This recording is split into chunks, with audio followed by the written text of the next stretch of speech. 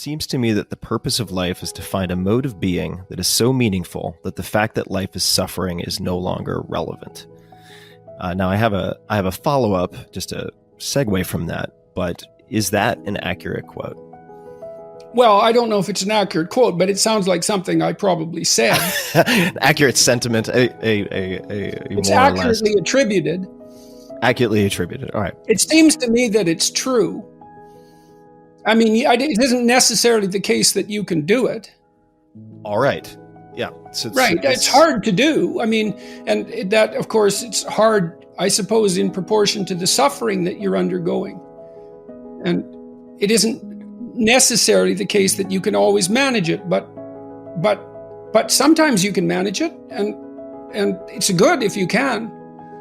See, people need to search for meaning because they get corrupted by suffering if their life isn't meaningful. That's how it looks to me. Because you can't torture an animal forever without it lashing out.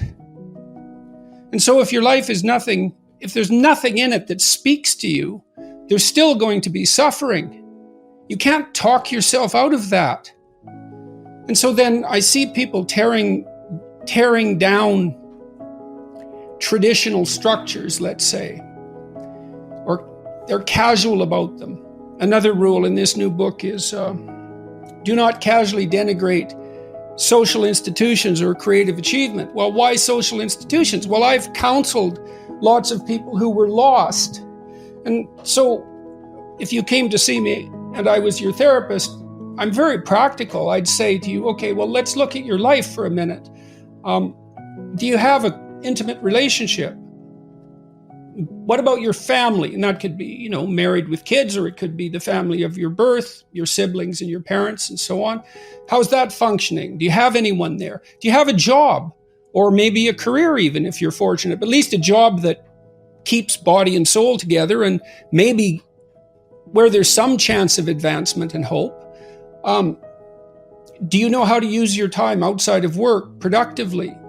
Do you take care of your mental and physical health? Do you manage the temptations, drug and alcohol use and that sort of thing? Do you manage those temptations effectively? Are you educated? Are you as educated as you are intelligent? Have you?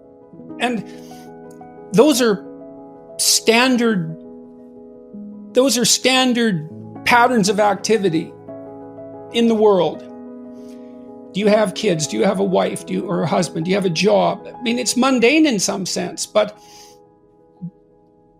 and you can look beyond all those standard answers for meaning.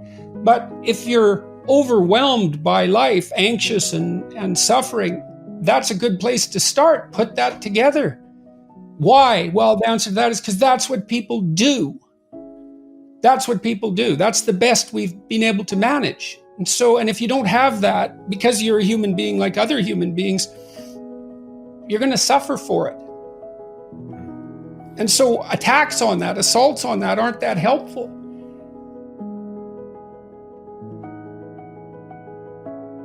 Like I have this friend, he's an atheist, and he's wavering about this. He was born a communist. He was raised in Poland. And he had objected at one point to the Christmas traditions of his family, who were also atheistic. And, he objected on the grounds of logical coherence. Why are we doing this? Well, don't do it. Well, then what happens? Well, then you have another weekday. You lose Christmas. Well, great. It's like now you're logically coherent. Wonderful. But you've lost Christmas. You don't want to throw these things away. When I see this sometimes with young people when they're talking about getting married. We don't need to get married. We don't need a piece of paper. It's like, really? That's the depth of thought you've put into this?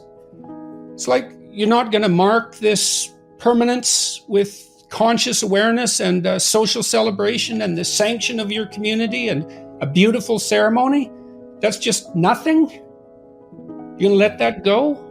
Well, what are you going to replace it with? Nothing. What would be a successful effect for this book? looking back 12 months from now, 24 months from now? Well, it would be lovely if it had the same effect on people as the last book appeared to have. I mean, it's comforting to me to read through my YouTube comments. Oddly enough, because that isn't generally a place people would go for comfort. Untold numbers of people have said to me in person, but publicly in that way, that they've put their lives together, at least in some ways. And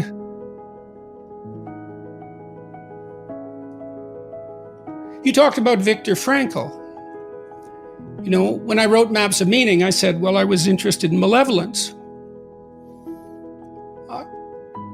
I was deeply affected by the accounts I'd read of what happened in the Second World War and in Germany, and what happened in Soviet Union and in China. These horror shows that characterized the 20th century. Constrained malevolence. And so if you study malevolence, you start to understand what the opposite of that is. The opposite of malevolence is something like the hero's journey. And it's easy to be cynical about that, but, well, it's not that easy, because if you're cynical about that, then you undermine your own life. And everyone knows this. This is the other thing that's so interesting. Everyone knows this. You never teach someone you love to lie. You're always appalled if you have a son or daughter. You're always appalled if they don't tell the truth. You know in the deepest part of your heart that if you don't tell the truth, the world falls apart. And that's actually true.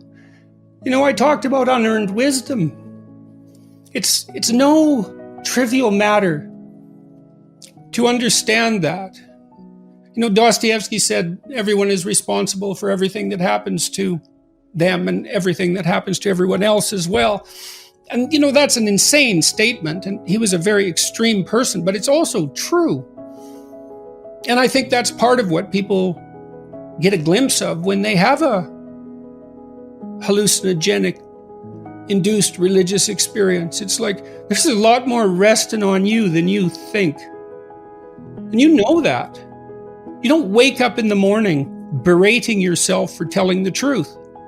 You wake up at 4 a.m. berating yourself for violating your conscience. I'm aware of all the criticisms of ideas like that, but it's really something that you can't control your conscience. So what is it exactly? It's not you. You're responsible to it. It holds you accountable. It transcends you. So what is it? Well, if you think it's nothing, well, violate it for a while and see what happens.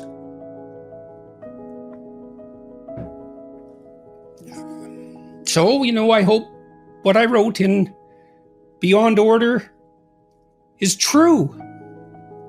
And if it's true, it should do some good. Because what's true does good. At least that's the hope.